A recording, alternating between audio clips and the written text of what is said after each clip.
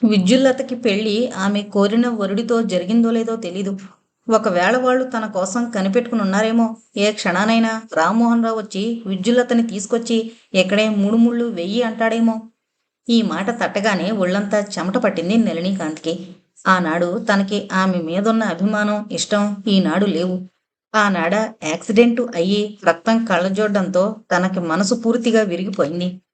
తన ధనానికి, ఆస్తికి ఆశపడిన రామ్మోహన్ రావు తనని వదలకుండా వచ్చి ఇరుకుని పెడితే, విద్యుల్లత అనుకున్నట్లు ఆమె ప్రియుడితో పెళ్లి జరగకపోతే తనని పెళ్లాడక తప్పదుగా. నలుగురి మధ్య శుభలేఖలు పంపి కమిట్ అయ్యాడు. ఎందుకా పిల్లని తర్వాతైనా చేసుకోలేదని ప్రతి వాళ్ళు అడుగుతుంటే ఎందరకని జవాబులిస్తూ వస్తాడు. అతని తల పగిలిపోతున్నట్టయి బాధగా కణతలు రుద్దుకున్నాడు. ఏం చెయ్యాలి? ఏదో చెయ్యాలి. లేకపోతే తన మనస్సుకి శాంతేది?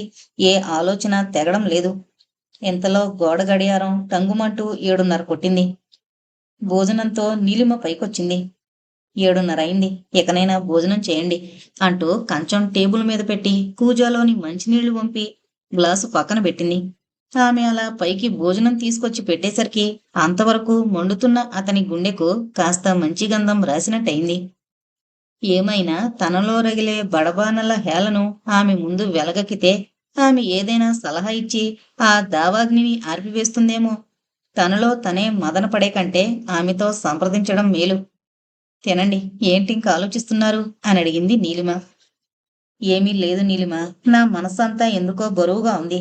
ఆ బాధకి అర్థం చెప్పగల భాష నాకు లేదు అతను దీనంగా అంటూ ఉంటే నిలువున కదిలిపోయింది నీలిమ. నాతో చెప్పరాదా? నా శాయశక్తులా ప్రయత్నించి మీ బాధని పోగొట్టడానికే చూస్తాను అంది కాస్త దగ్గరగా వచ్చి. నీలిమ, ఆనాడు విద్యుల్లతతో పెళ్లి ఆగిపోయిన కారణం తెలుసుగా. వివరంగా తెలియకపోయినా లీలగా తెలుసు. ఇప్పుడు ఏమైంది అని అడిగింది ఆదురుదాగా. ఏం లేదు. నేను పెళ్లికి హాజరు కాలేదని పెళ్లి కూతురిని తీసుకుని సరాసరి ఇక్కడికి వస్తాడంటావా ఆమె తండ్రి? ఏమో, నాకు నమ్మకం లేదు. వచ్చేవాడైతే ఎన్నాళ్ళు ఊరుకుంటాడా? ఆ పూటో ఆ మర్నాడో రాడా?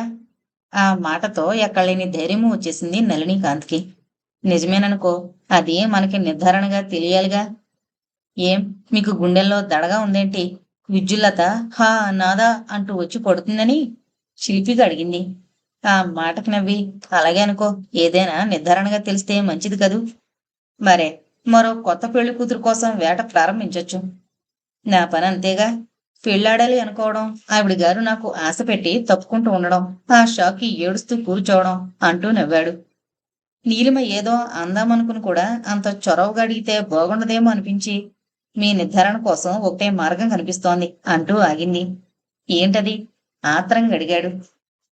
వాళ్ళు అన్నీ పేపర్లో వేశారు గనుక మనం కూడా ఆ పేపర్ ద్వారానే ఒక ప్రకటన వేసి చూద్దాం. ఏమని? ఆనాడు పెళ్లికొస్తుంటే యాక్సిడెంట్ అవడంతో తలకి దెబ్బ తగలడం వల్ల జ్ఞాపకశక్తి కోల్పోయారని, తిరిగి ట్రీట్మెంట్తో బాగుపడ్డారని, మంచం మీదే ఇంకా రెస్ట్ తీసుకోవాలి గనుక ఆనాడు పెళ్లి ప్రయత్నాల వల్ల జరిగిన ధన నష్టానికి పరిహారం చెల్లించడానికి సిద్ధంగా ఉన్నానని అంటూ వేస్తే వివరాలు తెలుస్తాయి. ఆ మాటకి సంతోషంగా చూశాడు. మొత్తానికి నువ్వు ఆకండురాలివి నీలిమ. నీ బుర్ర రష్యా పంపాల్సినటువంటిది. మతలబు రాస్తేస్తావా అని అడిగాడు ఉత్సాహంగా. కాగితం కలం తీసుకుని అక్కడే కూర్చుని మతలబు రాయసాగింది. వీరయ్యొచ్చి నళినీకాంత్ భోజనం చేసిన కంచం పట్టుకుపోతుంటే, నీలిమకు కూడా ఇక్కడికి తెచ్చి వడ్డించు వీరయ్య, ఆ తర్వాత పొన్నంనొకసారి ఇలా రమ్మను అంటూ చెప్పాడు నళినీకాంత్. వీరయ్య అలాగేనంటూ తల ఊపి వెళ్ళిపోయాడు. నీలిమ ప్రకటన రాయడం పూర్తి చేసి అతనికి చూపించింది. శ్రీ రామ్మోహన్ రావు గారి అమ్మాయి విద్యుల్లతకు శ్రీ నళినీకాంత్కు ఆగస్టు 8న జరగవలసిన వివాహం నళినీకాంత్ ప్రమాదం కారణంగా ఆగిపోయింది. ఆ ప్రమాదంలో తలకి దెబ్బ తగలడంతో ఇన్నాళ్ళు జ్ఞాపశక్తి కోల్పోవడం వల్ల ఏ విషయమూ తెలియజేయడానికి వీల్లేకపోయింది. ఇప్పుడిప్పుడే మనుష్య ప్రపంచంలో పడిన ఆయన తన మూలంగా ఆనాడు వధువు తల్లిదండ్రులకు ధన నష్టం కలిగినందుకు విచారిస్తూ ఆ ఖర్చుకు నష్టపరిహారం ఇవ్వడానికి సిద్ధంగా ఉన్నారు. పత్రికాముఖంగా కానీ పర్సనల్గా కానీ ఈ ప్రకటన చూసిన వారంలోగా సంప్రదించొచ్చు. లేని పక్షంలో ఇటుపై వారితో ఏ విధమైన లావాదేవీలు ఉండవని తెలియజేయడమైంది. ఇట్లు సెక్రటరీ. అది చదివి, చాలా బాగుంది నీలిమ, రేపే పత్రిక ఆఫీస్కి వెళ్ళి నేనే ఇచ్చొస్తాను అన్నాడు సంతోషంగా. ఇంతలో వీరయ్య భోజనం తెచ్చి అక్కడ పెట్టాడు. ఆ వెనకే పున్నం వచ్చింది. ఇటురా పొన్నమ్మ అంటూ ఆమెతో బయటకొచ్చాడు నళినీకాంత్. తిన్నగా పక్క గదిలోకి వెళ్లి గుళ్ళెం తీసి, పొన్నమ్మ, ఈ పరుపులు దిళ్ళు శుభ్రంగా దులిపి కింద నీలిమన్ని తెచ్చి ఇక్కడ పెట్టు. నాకు తగ్గేదాకా ఈ గదిలో ఉంటుంది. అస్తమానం పైకి కిందకి రావాలంటే ఆమెకి హైరాణాగా ఉంటుంది అన్నాడు. అతను చెప్పినట్లే ఆ గలీబులు తీసి కొత్తవి వేసి దుప్పటి మార్చి వెళ్ళిపోయింది పొన్నమ్మ. నీలిమ, ఈ గొడవలేవో తెలియదాకా నువ్వు ఈ పక్క గదిలో ఉండు. ఆ ప్రకటన చూసి ఎవరొచ్చినా నాకు పక్కన సలహాదారుగా నువ్వు ఉండకపోతే నాకు బుర్ర పనిచేయదు అన్నాడు నళినీకాంత్. నీలిమ కాస్త ఆశ్చర్యపోయి మెదలకుండా తనకి నిర్దేశించిన గదిలోకి వెళ్లి తలుపు వేసుకుంది. ఇతను ప్రకటనిచ్చి 4 రోజులైంది. ఆ మర్నాడు పేపర్లోనే పడిందది. అప్పట్నుంచి ఎదురు చూస్తూనే ఉన్నారు ఇద్దరు. నీలిమ, రామ్మోహన్ రావు ఉత్తరమన్నా రాస్తాడు. 10,000కో 15,000కో ఖర్చు చెబుతూ, లేదా ఉరుముల్లేని వానలా వచ్చి కొంప మీదన్నా పడతాడు, చూస్తుండు. అతనంత డబ్బు కకృతి మనిషి ఇండియా మొత్తం మీద ఉండడు అన్నాడు నళినీకాంత్ పేపరు తిరగేస్తూ. ఏమో, ఎన్ని విధాలా ఆలోచించినా నాకు ఆ మాట నమ్మబుద్ధి కావడం లేదు. వచ్చేవాడైతే ఎప్పుడో ఏకాయికనొచ్చి మీ అంతు తేల్చేసేవాడు అంది నీలిమ నవ్వుతూ. నీ నోటి వాక్యాన నువ్వు అన్నమాటే నెగితే నీకు ఏది కావాలంటే అదే ఇస్తాను అన్నాడు అభిమానంగా చూస్తూ. నీలిమ నవ్వి ఏదో అనబోయేలోగా మళ్ళీ అతనే, ఒక్క భాస్కర్రావు దగ్గర స్టెనోగా మళ్ళీ నన్ను దింపేయండి అన్న కోరిక తప్ప అన్నాడు నవ్వుతూ. ఇది మరీ బాగుంది. సావిత్రి సినిమాలో నీ పతి ప్రాణము తప్ప అని యమధర్మరాజు అన్నట్టు మళ్ళీ ఆ కండిషన్ ఎందుకు అంది చిలిపిగా. కండిషన్ అంటే కండిషనే మరి. చటుక్కున నువ్వు అడిగితే నా పని ఇరుకున పడుతుంది. కైక వరాలు తీర్చలేని దశరథ మహారాజులా గిలగిల్లాడాల్సి వస్తుంది అంటూ ఆమె కేసి కొంటిగా చూశాడు. ఆ మాటకి చిరుకోపంగా చూసింది నీలిమ. చూసావా, అప్పుడే నీలో సత్యభామ లక్షణాలు కనిపిస్తున్నాయి మరింత ఉడికిస్తూ అన్నాడు నళినీకాంత్. చూడండి, నన్ను ఎన్నెన్ని మాటలు అంటున్నారో. ఇందాక కైక అన్నారు, ఇప్పుడు సత్యభామ అంటున్నారు. ఇలా అయితే మీ ఇంట్లో ఉండేదెవరు, మీతో మాట్లాడేదెవరు అంటూ విసురుగా జడ వెనక్కి వేసుకుని విశ్వస వెళ్ళిపోయింది నీలిమ.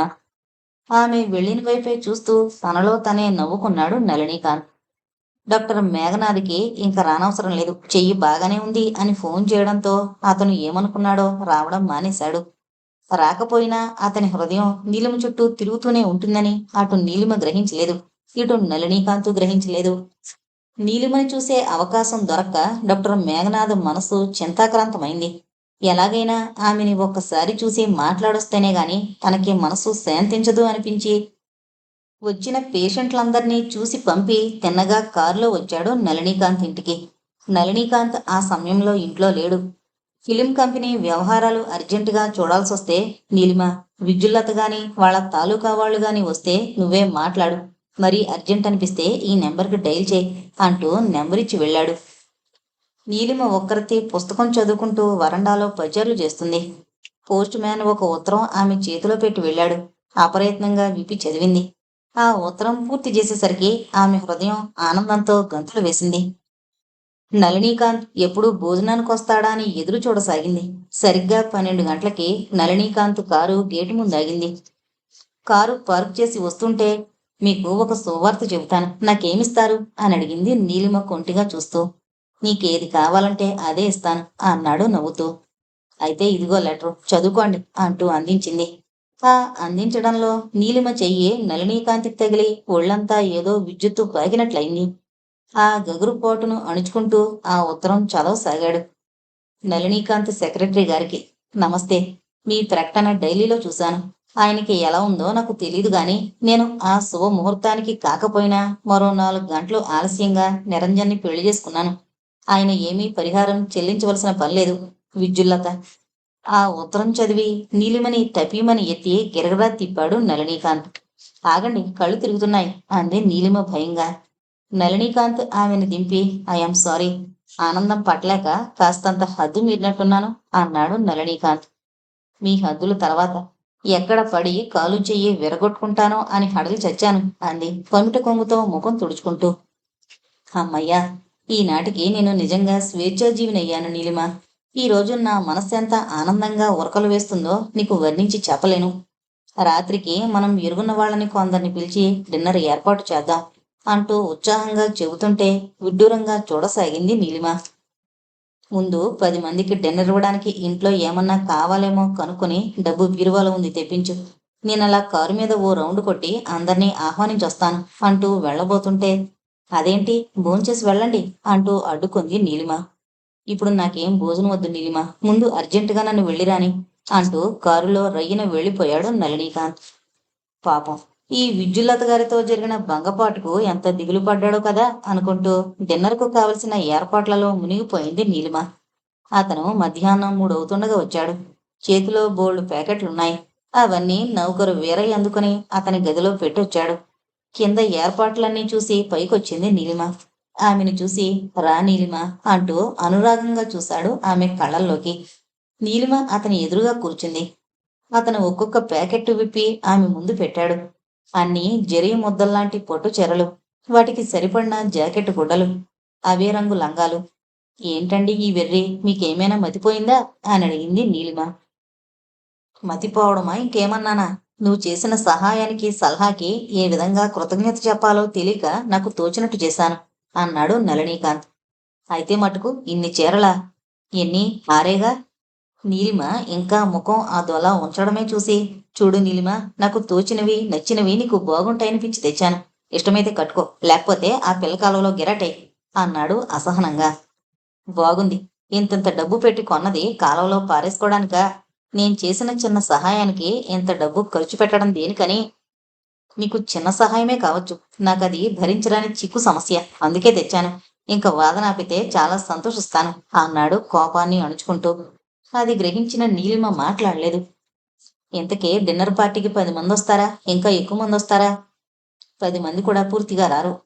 అయితే ఇప్పుడు చేసిన ఏర్పాట్లు చాలు అనుకుంటూ ఆ ప్యాకెట్లన్నీ లోపల దాచి పర్యవేక్షణకి వెళ్ళిపోయింది.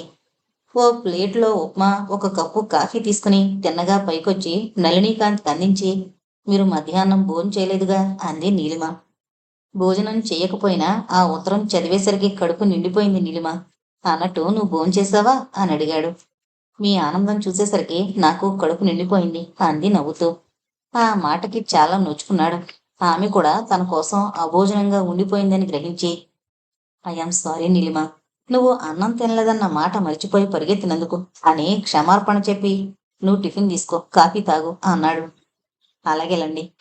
ఆ చీరల్లో ఎల్లో కలర్ చీర సాయంత్రం కట్టుకో నీలిమ అన్నాడు ఆపేక్షగా. అలాగే అన్నట్టు తల పంకించింది నీలిమ. అతని కోరిక ప్రకారం ఆ చీరే కట్టుకుంది. పసుపు రంగు గాజులు, తలలో చేమంతులు, అపరు రతీదేవిలా ముస్తాబైంది. సరిగ్గా 7 గంటలు దాటేసరికి ఒక్కొక్కరే రాసాగారు. ఆఖరునొచ్చింది డాక్టర్ మేఘనాథ్. డాక్టర్ మేఘనాథ్ నీలిమని చూస్తూనే నవ్వుతూ దగ్గరగా వచ్చి, క్షేమమా నీలిమాదేవి అని అడిగాడు. క్షేమంగా లేకపోతే నీ దగ్గరికి ట్రీట్మెంట్కి వచ్చేదాన్నేగా అంది చిలిపిగా చూస్తూ. ఆ మాటకి మేఘనాథ్ నవ్వి, మాటలకేం లోటు లేదు అన్నాడు. అతిథులంతా వరండాలో కుర్చీల్లో కూర్చున్నారు. ఆ పూట పసందైన విందు జరిగింది. విందు అనంతరం ఎవరి కారులో వారు ఇళ్లకి వెళ్ళిపోయాక తేలిగ్గా ఊపిరి పీల్చుకున్నాడు నళినీకాంత్. నీలిమ, ఈనాటి నా విందుకు కారణం, నా ఆనందానికి మూలం, ఇప్పుడు ఈ భోజనం రక్తి కట్టడానికి అన్ని విధాలా కారణభూతురాలు నువ్వే.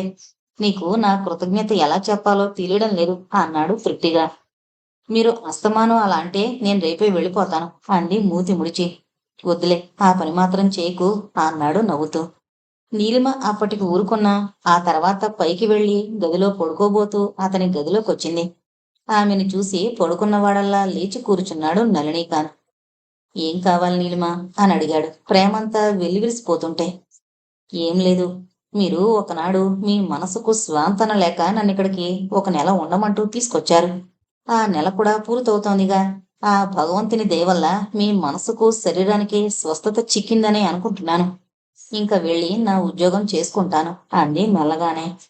ఆ మాటకి మాడిన అప్పడంలా తయారైంది నళినీకాంత్ ముఖం.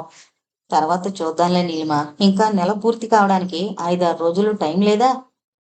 నీలిమ అతనికేసి ఒకసారి చూసి, పడుకోండి, లేచారు నా మూలాన అంటూ తన గదిలోకి వెళ్ళిపోయింది.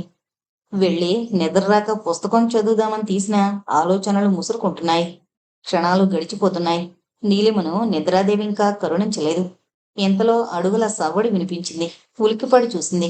నళినీకాంత్. అతన్ని చూసి సంభ్రమంగా లేచి నుంచుంది. అతని చేతిలో ఓ కవరుంది. ఏం నీలిమ, ఇంకా నిద్రపోలేదా అని అడిగాడు. ఏంటో నిద్ర పట్టడం లేదు అని జవాబిచ్చింది. అయితే ఈ కవర్ చదువు అంటూ ఇచ్చి తన గదిలోకి వెళ్ళిపోయాడు. అతను వెళ్ళిన వైపే చూసి మెల్లగా కవరు విప్పింది. ప్రియమైన నీలిమకు, నేను వచ్చిన మీరు తెచ్చిన గడువు పూర్తయింది. నేను వెళతానంటూ నువ్వు మాట్లాడిన మాట నాకు 1000 శూలాలు దిగినట్లుగా ఉంది. నాకు స్త్రీ జాతిపైనే యావగింపు కలిగిన తరుణంలో స్త్రీ జాతిలోని ఔన్నత్యాన్ని, లాలిత్యాన్ని, అమృత హృదయాన్ని చాటి చెప్పే రత్నం వంటి నీ దర్శనం లభించింది. నాలోని చైతన్యాన్ని, నా భవంతిలో కోటి సూర్యకాంతిని ఉద్దీపించే నీ సహచర్యం నాకు జీవితాంతం కావాలని అనిపిస్తోంది. ఆనాడు దౌర్జన్యపూరితంగా చిరుగాలికి ఎగిరే చిగురుటాకు లాంటి నిన్ను నా ఇంటికి తెచ్చానే గాని నేను దుర్మార్గుణ్ణి కాను. దయచేసి అది గ్రహించి నన్ను సహృదయంతో అర్థం చేసుకుని నా కోరిక మేరకు ఈ ఇంటికి వెలుగు అవుతావా? నన్ను ధన్యుణ్ణి చేస్తావా? నీ అభిప్రాయం రేపు చెబుతావు కదూ. ఇట్లు నళినీకాంత్. అనుకోని ఆ ఉత్తరాన్ని చదివి సంభ్రమాచర్యానందాలతో క్షణం తనని తానే మర్చిపోయింది నీలిమ. ఇలాంటి ఉత్తరం అతను రాస్తాడని గాని, ఇటువంటి ప్రతిపాదన చేస్తాడని గాని ఆమె ఊహించి ఎరుగదు. ఎన్నడూ ఊహించని ఆ ఉత్తరం మరోసారి చదివేసరికి బుగ్గలు సిగ్గుతో కందిపోయాయి. ఇంకా మిగిలిన రాత్రి ఆమెకి నిద్ర పట్టలేదు. మాగన్నుగా నిద్రపట్టిన కాసేపు నళినీకాంత్ కలలో ప్రత్యక్షమై ఆమెను గిలిగింతలు పెట్టాడు. నళినీకాంత్ గుండెలు తన గదిలోకొచ్చి గంట దాటినా దడదడమంటూనే ఉన్నాయి. నీలిమ ఆ ఉత్తరం చదివి ఏమనుకుంటోంది? జవాబు తనకి అనుకూలంగా ఉంటుందా, ప్రతికూలంగా ఉంటుందా అనుకుంటూ ఆశ నిరాశల మధ్య ఊగసాగాడు. తెల్లవారుతుండగా నిద్ర పట్టింది అతనికి. సరిగ్గా 6 అవుతుండగా లేచింది నీలిమ. కిందకి దిగొచ్చి స్నానాధికాలు పూర్తి చేసుకుని మెల్లగా అలా పిల్ల కాలువకేసి వెళదామనిపించి పైకొచ్చింది. అప్పుడే లేస్తున్నాడు నళినీకాంత్. రోజా పువ్వులా ప్రత్యక్షమైన ఆమెను చూసేసరికి అతని ముఖం వికసించింది. గుడ్ మార్నింగ్ నీలిమ అన్నాడు. వెరీ గుడ్ మార్నింగ్ అంటూ కాస్త తప్పుకోబోయింది అతను వెళ్ళడం కోసం. ఆమె అలా తిరగడంలో కాస్త కాలు జరిగింది. చటుక్కున ఆమెని 2 చేతులతోనూ పట్టుకున్నాడు నళినీకాంత్. నీలిమ సిగ్గుతో మొగ్గలా ముకుళించుకుంది. నీలిమ, కాస్తుంటే పడేదానివి అన్నాడు. అలా అంటున్నప్పుడు అతని చేతులు ఆమెని బలంగా గుండెలకి అదుముకోవడం ఆమె గ్రహించి మరింత సిగ్గుతో తల వంచుకుంది. సున్నితమైన ఆమె దేహం అతనిలో కోటి కోరికలను, కోటి మధురానుభూతులను నింపేసింది.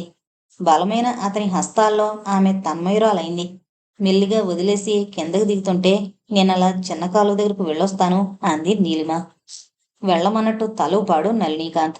అతని కౌగిలిలో క్షణంసేపే అయినా కలిగిన మధురానుభూతులను, పులకరింతలను తనలో తానే దాచుకుంటూ అలా షికారుకు వెళ్ళింది నీలిమ. ఆ ప్రకృతంతా ఆమెకా క్షణంలో రంగురంగుల పుష్ప సౌరభాలను వెదజల్లే నందనవనంలా మారి ఆ వనంలో ప్రతి ఆకులో, ప్రతి కొమ్మలో దర్శనమిస్తున్నాడు నళినీకాంత్. గాలికెగిరే పమిట కొంగును తిప్పి దోపుకుంటూ హఠాత్తుగా వెనుతిరిగిన ఆమెకి నళినీకాంత్ దర్శనమిచ్చేసరికి ఒళ్ళు జల్లుమంది. అయిందా ప్రకృతి శోభని పరికించడం అని అడిగాడు. ఆ అయింది. అయితే దయచేయండి, టిఫిన్ చేద్దాం అన్నాడు నళినీకాంత్. అతన్ని అనుసరించింది. ఆ ఇద్దరూ కలిపొస్తుంటే తమ ఆనందాన్ని వెలుబుచ్చుతున్నట్లుగా తలలూగిస్తున్నాయి బాలలు. నీలిమ, ఈ గులాబీ అంటే నాకు బాగా ఇష్టం. నువ్వు ఒక్కనాడు కూడా పెట్టుకోలేదు అంటూ 2 ఆకులతో చిన్న గుత్తిలా కోశాడు పువ్వుని. ఆ పువ్వు ఆమెకి అందించబోయి ఆగిపోయాడు. గులాబీ ముళ్ళకి చుట్టుకుపోయిన పమిటి కొంగు తీసుకోవడానికి తంటాలు పడుతోంది నీలిమ. ఆగు నీలిమ, నువ్వలా లాగితే చిరిగిపోతుంది. నేను తీస్తాను అంటూ మెల్లగా ఆమె చేయి పట్టుకుని ఆపి తన చేతిలో ఉన్న గులాబీ పువ్వు ఆమె తలలో ఉంచి మెల్లగా ఆ పమిట కొంగు ముళ్ళ మీద నుంచి తప్పించాడు. నీలిమ మరింత సిగ్గుతో వాలిపోయింది. అది గమనించి తనలో తనే నవ్వుకుని, నీలిమ, ఎందుకంత సిగ్గుపడతావ్ అని అడుగుతూ అలాగే పమిట కొంగు చేతిలో పట్టుకున్నాడు. నీలిమ మాట్లాడలేదు గాని చిన్నగా నవ్వింది. పమిట కొంగు లాక్కుంటూ అతను ఆమెతో నడుస్తూ కారిడార్ వరకు వచ్చి తక్కువ బయట కారు ఆగడం గమనించి అలా నిలబడిపోయాడు. నీలిమ కూడా ఆశ్చర్యంగా అటే చూడసాగింది. కారు దిగి తిన్నగా సూట్ కేసుతో లోపలికొస్తున్న ఆమెను చూసేసరికి మతిపోయింది నళినీకాంత్కి. వాణి సరాసరి అతని దగ్గరకొస్తూ, ఏం కాంత్, బాగున్నావా, నన్ను గుర్తుపట్టావా అని అడిగింది. నోట మాట రానట్టు అలాగే నిశ్చేష్టుడే చూస్తున్నాడు నళినీకాంత్. ఆ ఇద్దరినే మార్చి మార్చి చూస్తోంది నీలిమ. వాణి ముఖాన బొట్టు లేదు, చేతులకి గాజులు లేవు, మెడ బోసిగా ఉంది. రావాణి అన్నాడు తేరుకొని. వస్తున్నానులే, ఈ అమ్మాయి ఎవరు అంది కాస్త ధాటిగానే. ఆ అమ్మాయి మాటలకేంలే, నువ్వు లోపలికి పద అన్నాడు నళినీకాంత్. అనుకోకుండా వచ్చిన వాణిని చూసి దిగ్భ్రాంతిగానే తన గదిలోకి వెళ్ళిపోయింది నీలిమ. ఆమెను పైకి వెళ్ళనిచ్చి తను వాణి గదికేసి నడిచాడు నళినీకాంత్. ఈ లోపల పున్నమ్మ కాఫీ తెచ్చి అందించింది. నళినీకాంత్ వచ్చి ఆమె ఎదురుగా కూర్చున్నాడు. కాంత్, నీకు కాస్త ఒళ్ళొచ్చినట్టుందే అంది కాఫీ తాగుతూ. నీకు మాత్రం రాలేదు అన్నాడు నవ్వుతూ. వచ్చిందిలే అని ఆగి, మా వారు పోయారు కాంత్ అంది విచారంగా. నీ అవతారం చూసి ఇందాకే అనుమానించాను. ఎన్నాళ్ళైంది పోయి? 6 నెలలైంది. 6 నెలలైతే మరి ఇన్నాళ్ళకా కనిపించేది? ఇన్నాళ్ళు ఏం చేస్తున్నావు? అదేం మాట కాంత్, ఆయన పోగానే టింగురంగాట తిరుగుతానా? ఆ దుఃఖాన్నించి కోలుకోవద్దా? నళినీకాంత్ మాట్లాడలేదు ఒక్క క్షణం. తర్వాత, ఇక్కడికి కలకత్తా నుంచి ఒంటరిగా వచ్చావా? ఎవరన్నా తీసుకొచ్చారా అన్నాడు. నేను నిన్న రాత్రి బొంబాయి నుంచి వచ్చాను కాంత్. డాక్టర్ మేఘనాథ్ ఇంట్లో విశ్రాంతి తీసుకుని ఉదయం బయలుదేరొచ్చాను. డాక్టర్ మేఘనాథ్ నీకెలా తెలుసు అని అడిగాడు తెల్లముఖం వేసి. డాక్టర్ మేఘనాథ్ మావారు ఫ్రెండ్స్. ఇద్దరూ నాగపూర్ మెడికల్ కాలేజీలో డాక్టర్ పరీక్ష పాస్ అయ్యారు. ఈయనిక్కడ తండ్రి ప్రాక్టీస్ అందుకున్నారు. మా వారు కలకత్తాలో మెడికల్ కాలేజీలో లెక్చరర్గా ఉద్యోగం సంపాదించి అక్కడ స్థిరపడ్డారు. మనుషులు దూరమైన స్నేహాలు దూరం చేసుకోలేదు. మేఘనాథ్ వెనక 2-3 సార్లొచ్చి మా ఇంట్లో 10-15 రోజుల పాటు ఉండి వెళ్ళేవారు. నాకు బాగా పరిచయమే మేఘనాథ్ గారు అంటూ వివరించింది. మరి అంతా బాగానే ఉంది. నీకు ఈ వైదవ్యం కలిగినందుకు నాకు చాలా విచారంగానే ఉంది. అయితే నాకు అర్థం కాందల్లా నువ్విప్పుడు ఏం చేయబోతున్నావన్నదే. ఇటు పుట్టింటి బంధము సరిగ్గా లేదు. నాన్న పోయారు. అమ్మ లక్నో వెళ్ళిపోతుంది పుట్టింటికి. అటు అత్తింటి బంధము పోయాయి. నువ్వు తప్ప నాకు ఆశ్రయం ఎవరిస్తారు చెప్పు అంటూ వాణి జాలిగా చూస్తే కరిగిపోయాడు నళినీకాంత్. నువ్విక్కడ నిరాక్షేపణీయంగా ఉండు వాణి, నీకేమీ లోటు లేదు అని ధైర్యం చెప్పి మెల్లగా పైకొచ్చాడు. నీలిమ బాల్కనీలో నిలబడి అతను లోపల వాణి దగ్గరకు వెళ్ళడం రావడం చూస్తూనే ఉంది. ఏం నీలిమ ఇక్కడ నిలబడ్డావు అని అడిగాడు తన గదిలోకి దారి తీస్తూ. ఏం లేదు, ఊరికినే అంటూ అతని వెనకే గదిలోకొచ్చింది. ఆమె వాణినా సూటిగా అడిగింది నీలిమ. అవును, భర్త పోయాడట, నన్ను గుర్తుపెట్టుకుని వచ్చింది అని జవాబిచ్చాడు. నీలిమ ఆశ్చర్యంగా చూసింది. ఎన్నాళ్ళ నుంచి అజా పజా లేక హఠాత్తుగా ఆమె రావడం, నళినీకాంత్ దానికి తగినట్టే వాణి మీద సానుభూతి చూపించడం ఏంటో అయోమయంగా అనిపించింది నీలిమకి. అయినా అలా మాట విసిరే స్వభావం కాదు కనుక మౌనం వహించింది. నాకిక్కడ ఏమీ తోచడం లేదు, చేతి నిండా పనిలేక ఏదన్నా అప్పగించండి అంది నీలిమ. అయితే ఇక్కడ ఫైల్స్ ఉన్నాయి, తీసుకుని సరిచూడు. ఆ బీరువాలో కొన్ని అకౌంట్స్ పుస్తకాలున్నాయి, అవి కూడా సరిచూడు. మళ్ళీ ఆడిట్ దగ్గరకు వస్తున్నట్లుంది అంటూ అన్నీ వివరంగా చెప్పాడు. అవన్నీ చేత పట్టుకుని వెళదామనుకుంటుండగా వాణి అక్కడికొచ్చింది. ఏం చేస్తున్నావు కాంత్, ఈ అమ్మాయి ఎవరు అని అడిగింది కూర్చుంటూ. ఈ అమ్మాయి పేరు నీలిమ అని ముక్తసరిగా పరిచయం చేశాడు నళినీకాంత్. అన్నట్లు ఈ మధ్య ఎవరినో పెళ్లి చేసుకోవాలని అనుకున్నట్లు అది కాస్త ఆగిపోయినట్లు పేపర్లో చదివాను. ఎందువల్ల ఆగిపోయిందేంటి అని అడిగింది వాణి. నీలిమకి అక్కడ ఉండబుద్ధి కాక మెల్లగా తన గదిలోకి వెళ్ళిపోయింది. ఏదోలే, కొన్నిసార్లు ఎంత తెలివైన వారైనా పప్పులో కాలు వేస్తుంటారు. అలాంటిదే నా పెళ్లి ప్రయత్నం కూడా అంటూ నవ్వి, నాకు పనుంది, బయటకు వెళుతున్నాను.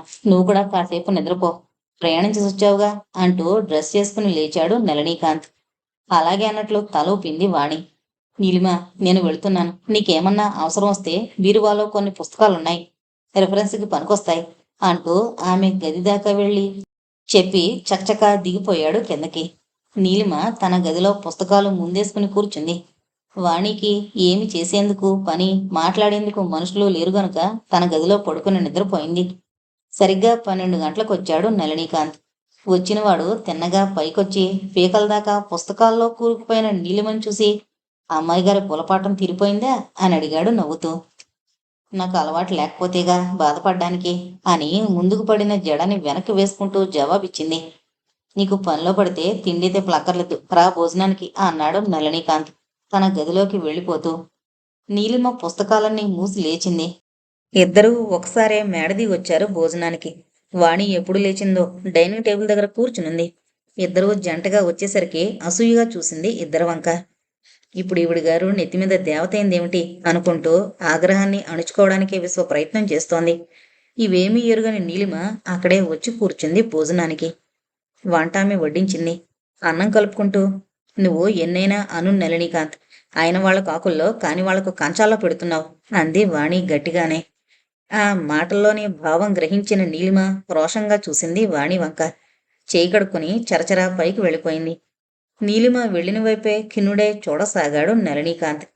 ఇటు వాణి చూపే అసూయకు ఆనకట్ట వేయలేక, అటు నీలిమ ఏమనుకుంటుందోనన్న తడబాటుతో అతను సరిగ్గా భోంచేయలేకపోయాడు. ఇటొచ్చి కడుపు నిండా ఆరగించింది ఒక్క వాణి మట్టుకే. అతను పైకి వెళ్ళబోతుంటే సున్నం రాసిన తమలపాకులను ఒక్కపొడిని అందిస్తూ, ఆగుదు ఓ క్షణం, నీకంత నిద్రొస్తుంటే నా గదిలో పడుకో. ఎన్నింటికి వెళ్లాలో చెబితే నేను నిన్ను కరెక్ట్గా ఆ టైంకి లేపుతాను అంది వాణి. ఆమె ఇచ్చిన తమలపాకుల్లో సున్నం ఎక్కువయ్యి నోరంతా పొక్కిపోయింది నళినీకాంత్కి. ఆ ఘాటుకి నిజంగానే అక్కడే మంచం మీద వాలాడు. అది గమనించి ఫ్యాను కాస్త స్పీడు పెంచేసరికి నిద్రొచ్చేసింది నళినీకాంత్కి. అతను నిద్రపోవడం గమనించి తనలో తనే నవ్వుకుంది వాణి. నీలిమ చాలాసేపు అతను పైకొస్తాడేమోనని చూసింది. రాకపోయేసరికి ముఖం వెలవెలబోయింది.